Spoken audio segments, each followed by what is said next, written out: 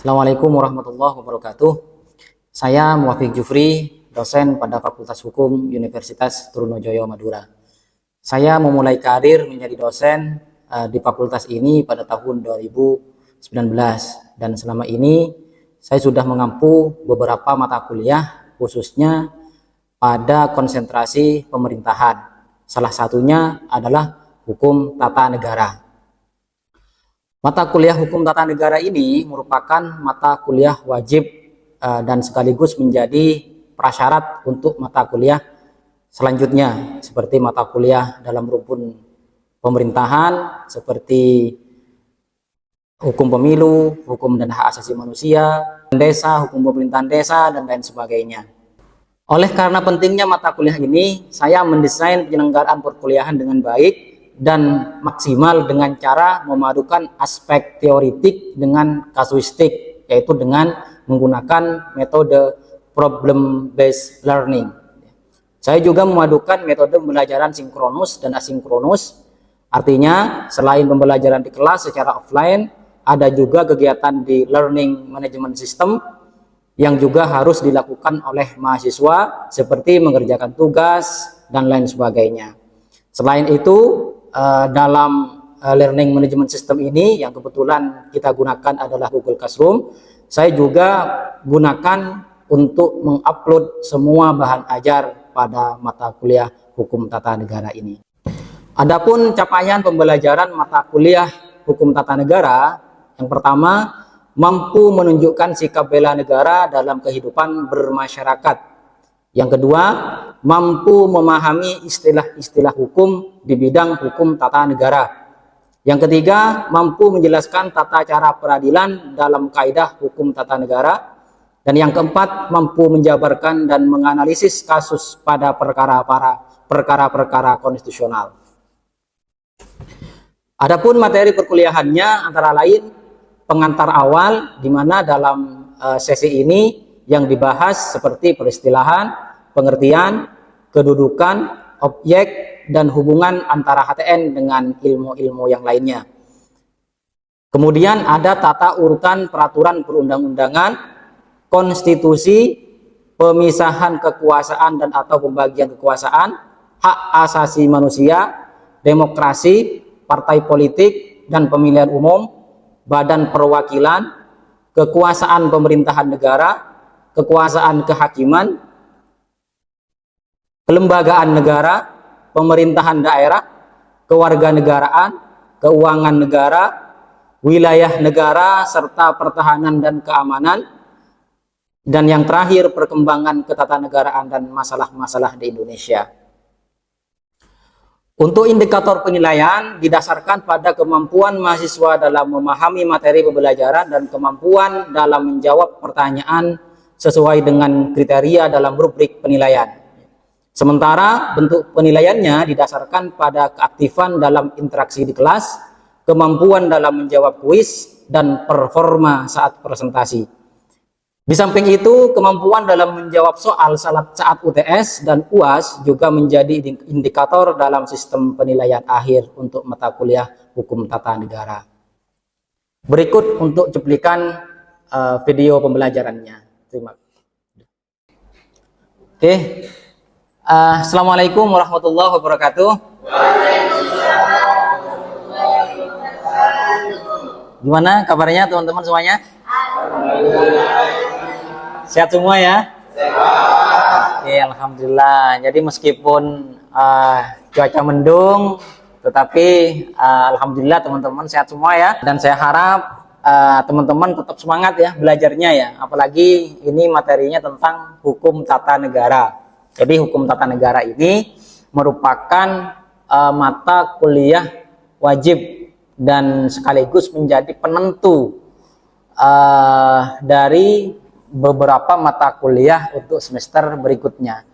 Jadi menjadi mata kuliah prasyarat ya, khususnya bagi mata kuliah yang dengan rumpun hukum tata negara dan hukum administrasi negara. Jadi nanti kalau teman-teman sudah konsentrasi yang khusus pemerintahan misalnya, itu ada beberapa mata kuliah, bahkan semuanya itu mensyaratkan kelulusan untuk mata kuliah ini. Jadi saya harap teman-teman tetap semangat karena ini juga menyangkut keberhasilan studi teman-teman semuanya. Jadi kalau HTN-nya nggak lulus, maka otomatis perkuliahan untuk yang menjadi prasyarat HTN itu akan juga tidak bisa diambil di semester berikutnya karena mata kuliah ini penting untuk teman-teman gitu ya. Oke, minggu ini kita akan membahas tentang hak asasi manusia ya, sesuai dengan ketentuan RPS. Kita akan di minggu ke-6 itu membahas tentang hak asasi manusia gitu ya. Absensi sudah semua ya teman-teman ya. Oke, yang belum absensi nanti barangkali ada yang telat, silakan lapor ke saya ya untuk saya tambahkan di daftar kehadiran.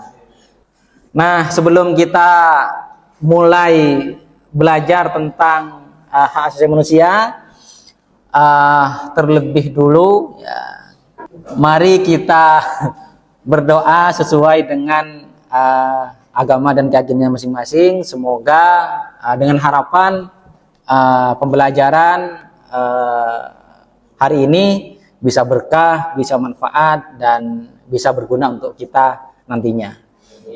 Berdoa dimulai. Selesai. Nah, sebagaimana yang disebutkan dalam pasal 1 ayat 1 Undang-Undang Nomor 39 Tahun 99 itu kan menyatakan bahwasanya HAM itu merupakan seperangkat hak yang melekat pada hakikat dan keberadaan manusia sebagai makhluk Tuhan yang Maha Esa dan merupakan anugerahnya yang wajib dihormati, dijunjung tinggi, dan dilindungi oleh negara, hukum, pemerintah, dan setiap orang demi kehormatan serta perlindungan harkat dan martabat manusia. Gitu kan ya. Nah, intinya sama ya dengan yang disampaikan oleh Prof. Tanjo gitu ya. Sama-sama melekat secara kodrati ya, kodrati pada setiap makhluk yang bersosok biologik manusia, ya kan. Seperangkat hak yang melekat pada hakikat dan keberadaan manusia sebagai makhluk Tuhan yang Maha Esa ya. Jadi sebagai manusia gitu kan ya. Karena objeknya manusia gitu kan ya. Sama ya. Dan merupakan anugerahnya gitu kan ya. Yang wajib dihormati, dijunjung tinggi, dan dilindungi oleh negara hukum. Jadi poinnya itu dihormati ya. Jadi keberadaan hak asasi manusia itu pertama dihormati, yang kedua dijunjung tinggi ya. Dan yang terakhir dilindungi ya. Nah, dilindungi ini, dihormati ini, dilindungi, dijunjung tinggi, dihormati, dijunjung tinggi, dilindungi itu oleh yang namanya apa? Negara, ya. Negara, hukum, apa? Pemerintah, dan setiap orang. Dan yang terakhir orang, gitu ya. Ya. Jadi dalam konteks ini masuknya ke ranah negara, ya, atau lembaga, ya, atau lembaga, gitu ya. Nah, sementara ini dalam konteks person, hubungan antar warga negara. Jadi yang berkewajiban entah menghormati, menjunjung tinggi dan melindungi itu ya negara, ya orang individu itu, tiap individu, gitu ya. Jadi semua yang terkait dengan ini, entah itu kementerian, entah itu lembaga penegak hukum, entah itu produk hukumnya, entah itu materi muatan hukumnya, dalam konteks negara dan dalam konteks individu itu semuanya wajib menghormati HAM ini ya. Jadi muaranya ke sini, gitu ya. Nah, ini ketika sudah dilindungi, sudah dijamin, dilindungi, dijunjung tinggi dan lain sebagainya, maka muaranya ke sini. Maka setiap orang itu akan mendapatkan apa yang namanya martabat, kemuliaan, dan hal-hal lain yang menyangkut kehormatan manusia itu. Jadi ketika HAM itu dihormati, ketika hak-hak ini dihormati, dijunjung tinggi, maka seorang manusia itu kemudian bisa jaminan apa kemuliaan manusia itu dapat diwujudkan dalam konteks kehidupan masyarakat, dalam konteks kehidupan bernegara, gitu ya. Jadi ya semua harus melindungi memang, entah itu pemerintah ataupun masyarakat ataupun individu, gitu ya. Masa nggak menghormati? Yang Tuhan saja sudah menghormati, gitu kan? Tuhan saja sudah menyatakan bahwasanya manusia itu makhluk yang paling mulia. Ya, walaqad karomna bani Adam, yang muslim ya, walaqad karomna bani Adam itu kan menunjukkan bahwasanya Tuhan itu ya, sang pencipta itu sangat menghormati, sangat memuliakan keturunan Bani Adam, keturunan manusia. Apalagi kita yang hanya berstatus sebagai rakyat, berstatus sebagai hamba dan lain sebagainya, gitu ya. Masa nggak bisa menghormati, gitu kan? Gitu ya. Nah, tonggak kita bicara tentang sejarah perkembangan hak asasi manusia ya. Jadi tonggak sejarah perkembangan hak asasi manusia yang sangat berdampak pada usaha pemajuan HAM itu dimulai pada tahun 1215 ya. Ketika ada Piagam Magna Carta ya, kerajaan Inggris ya, United Kingdom ya. Di mana poin dari piagam ini yang pertama bahwa menjelaskan atau mengakui atau mendeklarasikan bahwa kemerdekaan seorang tidak boleh dirampas, tidak boleh jika tidak berdasarkan perintah hukum atau putusan hakim. Kalau dulu ya raja itu bebas merampas harta benda seseorang, bebas melakukan kekerasan kalau dianggap subversif ya, dianggap memberontak dan lain sebagainya, gitu kan, bebas melakukan sewenang-wenangnya ya, tanpa ada aturan hukum yang jelas.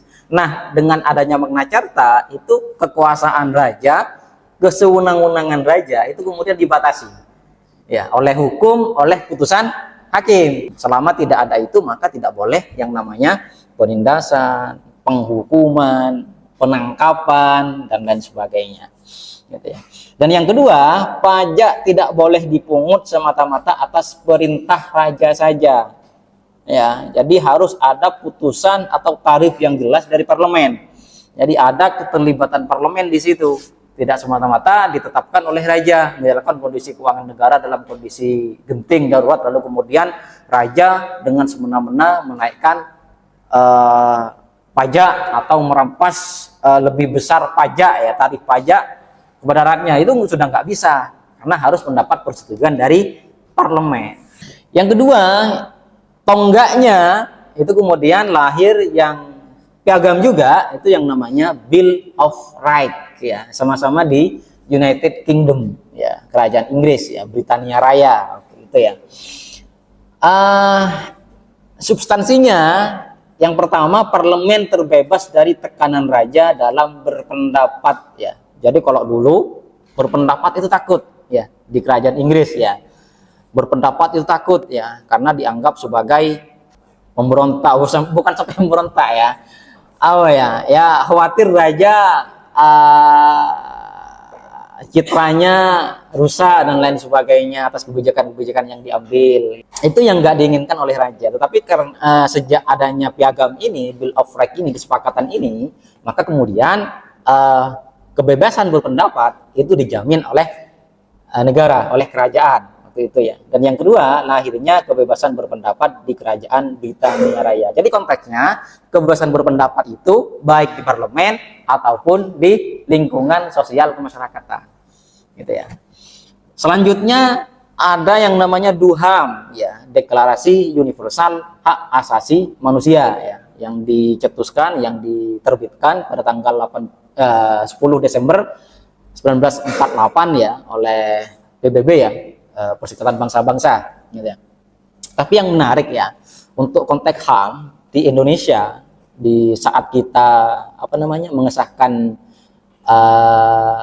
undang-undang, ya Undang-Undang 45 versi yang baru, yang asli itu loh, versi yang asli, itu sudah menjamin adanya hak-hak asasi manusia. Ada 5 konteks HAM yang dijamin oleh UUD 45 yang disahkan 18 Agustus tahun 1945. Ya, hak atas pendidikan, hak atas kebebasan berpendapat, hak atas kesehatan, hak atas agama, hak atas terlibat dalam pemerintahan, gitu ya.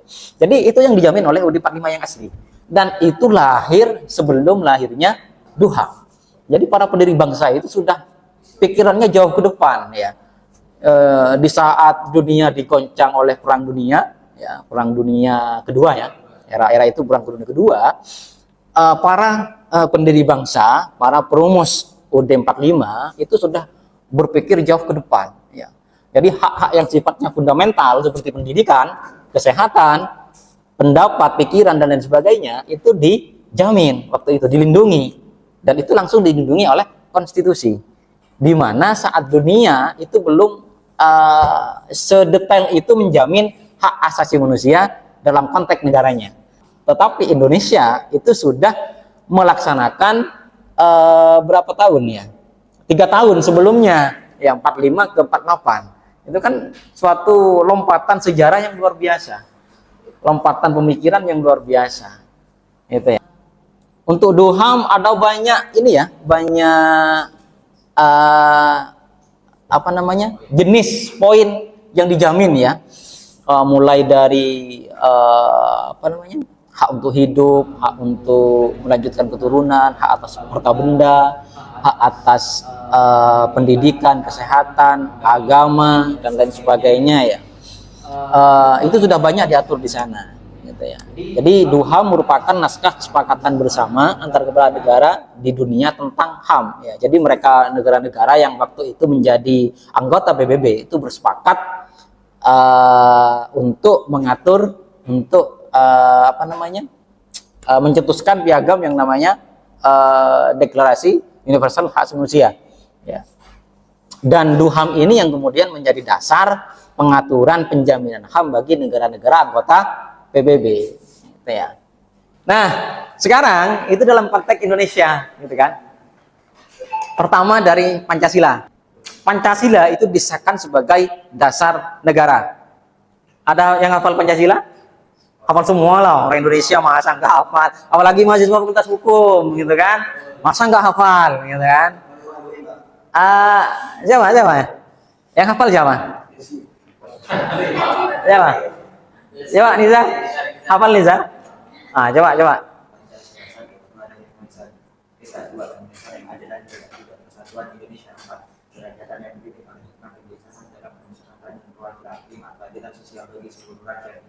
Wih, mantap. Luar biasa ya. Saya yakin yang di kelas ini hafal semua ya, tanpa harus saya tanya ya. Masa orang Indonesia nggak hafal Pancasila? Apalagi fakultas hukum ya, mahasiswa hukum, wajib hafal ya.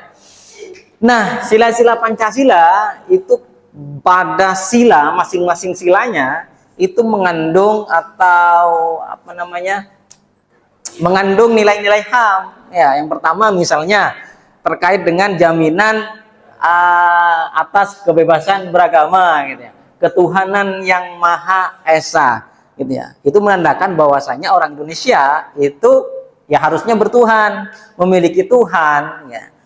Bukan memiliki Tuhan itu maksudnya ya dia bisa percaya kepada Tuhan yang dia yakini, ya. Tidak hanya terkooptasi pada satu agama tertentu, gitu ya. Baik dia Islam, baik dia Kristen, Hindu, Buddha, Konghucu, dan lain sebagainya, ya mereka punya hak tapi atas itu, dan negara menjamin, gitu loh, ya, apapun agamanya, gitu. Terus yang kedua, apa sila yang kedua? Kemanusiaan yang adil dan beradab, ya, kemanusiaan yang adil dan beradab, ya, bahwasanya orang Indonesia ya itu berhak diposisikan sebagai manusia. Manusia itu memiliki martabat, ya, memiliki martabat yang wajib dilindungi, Ya, memiliki, dia berhak juga atas keadilan, ya. Masing-masing Indonesia, masing-masing rakyat Indonesia itu berhak atas keadilan, pemerataan akses hukum. Ya, the quality of before the law gitu ya. Bahwasanya setiap orang, setiap manusia itu, setiap warga negara itu berhak atas keadilan, berhak diposisikan setara di muka hukum peradilan, setara di muka undang-undang, di hadapan pemerintah dan lain sebagainya. Terus sila yang ketiga apa? Persatuan Indonesia, bebas dari gangguan, ya, bebas dari rasa aman, ya, karena kita adalah satu, ya. Kalau kita bersaudara itu tidak mungkin ada yang namanya konflik, ada yang namanya pertikaian, apalagi sampai kekerasan, ya. Kalau perselisihan pendapat wajar ya, apalagi perselisihan tentang pendapatan gitu ya.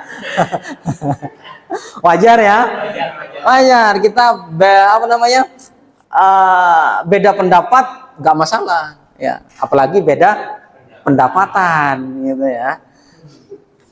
Wajar, sesuatu yang wajar, karena kan masing-masing kita punya pemikiran tersendiri, ya, punya gagasan tersendiri, punya sikap tersendiri, punya usaha tersendiri, maka itu yang kemungkinan bisa menyebabkan lahirnya perbedaan pendapat, perbedaan pemikiran dan lain sebagainya. Yang keempat apa? Kerakyatan yang dipimpin oleh hikmat kebijaksanaan dalam permusyawaratan dan perwakilan, ya. Itu jaminan negara atas kebebasan rakyatnya untuk ikut aktif dalam proses atau pengambilan kebijakan, ya, ikut terlibat dalam perumusan kebijakan, atau dalam konteks yang lebih luas ikut aktif dalam penyelenggaraan pemerintahan. Ya, intinya dia menyerap informasi masukan dari masyarakat. Ya, jadi proses penyusunan undang-undang itu harus melibatkan partisipasi masyarakat, masukan dan lain sebagainya, gitu ya. Dan yang terakhir, keadilan sosial untuk seluruh rakyat Indonesia, bahwasanya setiap manusia, setiap warga negara Indonesia itu berhak atas hukum yang sehat, berhak atas keadilan dari semua sektor apapun, ya, sektor ekonomi, sektor sumber daya alam, sektor keuangan dan lain sebagainya, ya, berhak atas kesejahteraan, gitu ya. Ya, itu inti dari Pancasila. Jadi semua sila-sila Pancasila itu memiliki kandungan, memiliki nilai hak asasi manusia, gitu ya. Karena di RPS ada ini ya, ada yang namanya assessment, ya, timbal balik feedback dari teman-teman. Kita ada studi kasus ya. Ya, jadi ada studi kasus. Kira-kira pernah melihat atau menjumpai fenomena seperti ini ya. Ya, jadi ada hajatan yang kemudian memakan area yang seharusnya digunakan oleh para pengendara mobil, sepeda motor dan lain sebagainya. Ya, baik itu di jalan kecil, jalan komplek misalnya, ataupun di jalan-jalan besar. Ya, bahkan ada beberapa yang kemudian sampai memakan bahu jalan dan itu statusnya jalan provinsi. Itu kan banyak kita temukan kan. Nah, itu sebenarnya dalam konteks hak asasi manusia, ya, itu menghambat, mengganggu, mengurangi hak atau akses dari setiap warga negara yang semestinya dapat melewati jalan itu. Baik mereka yang bekerja ataupun mereka yang bepergian dan lain sebagainya. Itu kan dia merasa terkurangi haknya. Yang harusnya full jadi separuh, jadi seperempat, dan lain sebagainya. Nah, silahkan teman-teman ya itu membuat semacam esai atau opini gitu ya, terkait dengan fenomena ini. Kan banyak kan referensi atau, tapi tiap orang, tiap mahasiswa itu kasusnya beda-beda gitu. Lalu kemudian dikaitkan dengan teori-teori HAM, dengan ya aspek HAM gitu ya, bahwasanya setiap orang punya akses atas kenyamanan. Atau kira-kira dengan model yang seperti ini, hak apa yang kemudian diganggu? Atau justru model-model seperti ini tidak melanggar HAM? Ya, karena ketika dicantolkan kepada jenis-jenis HAM itu hak atas hak untuk hidup, hak untuk bekerja, ternyata nggak ada yang seperti ini, Pak. Ya, silakan. Yang penting argumennya benar, teorinya benar, cantolannya benar, gitu ya. Ya, jadi silakan cari kasus ya yang model-modelnya seperti ini. Terus kalau bisa di berita itu ada nggak orang yang protes terkait fenomena ini, penutupan jalan ini ya, atau pemanfaatan jalan ini.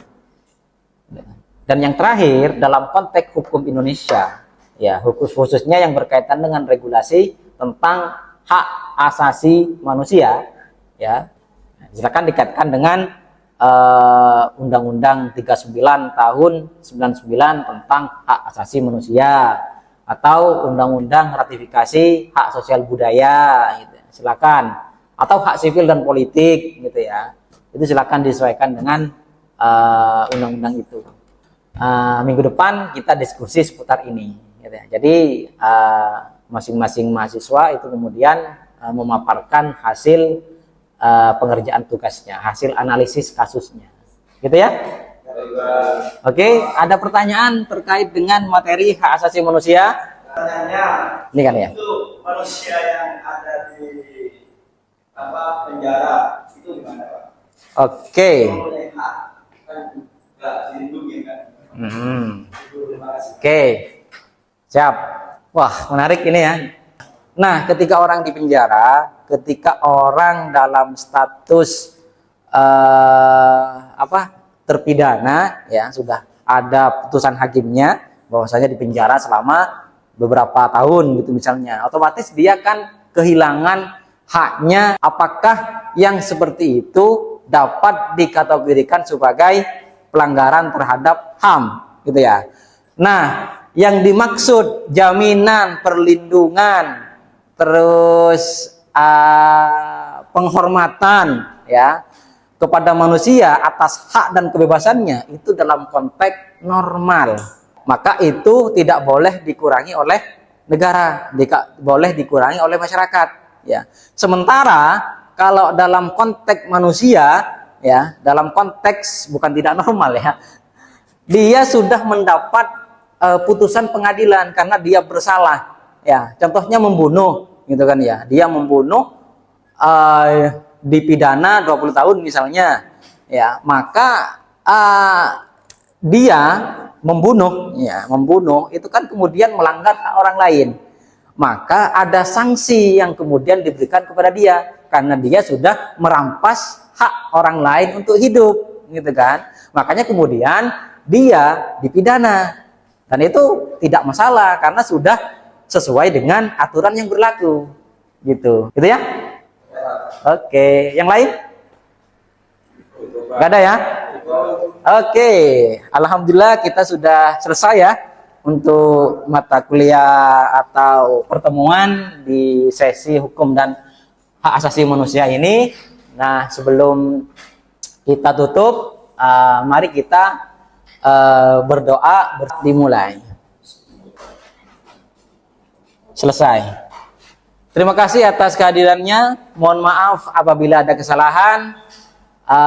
Sekian dari saya. Kita jumpa minggu depan. Mohon dipelajari terkait dengan kalau di RPS minggu depan itu kita akan membahas tentang demokrasi, partai politik, dan pemilihan umum. Ya, jadi silakan teman-teman pelajari terlebih dulu. Materinya ada di GCR ya, sudah saya share dari awal pertemuan. Untuk 16 kali pertemuan kita sudah 14 ya, 14 normal, 2 UTS dan 2 AS. Itu sudah saya share materinya, silakan pelajari. Modulnya juga saya sudah share di GCR, saya upload di GCR, silakan pelajari secara mandiri gitu ya. Terima kasih atas kehadirannya. Mohon maaf apabila ada kesalahan. Sekian. Wassalamualaikum warahmatullahi wabarakatuh. Waalaikumsalam warahmatullahi wabarakatuh.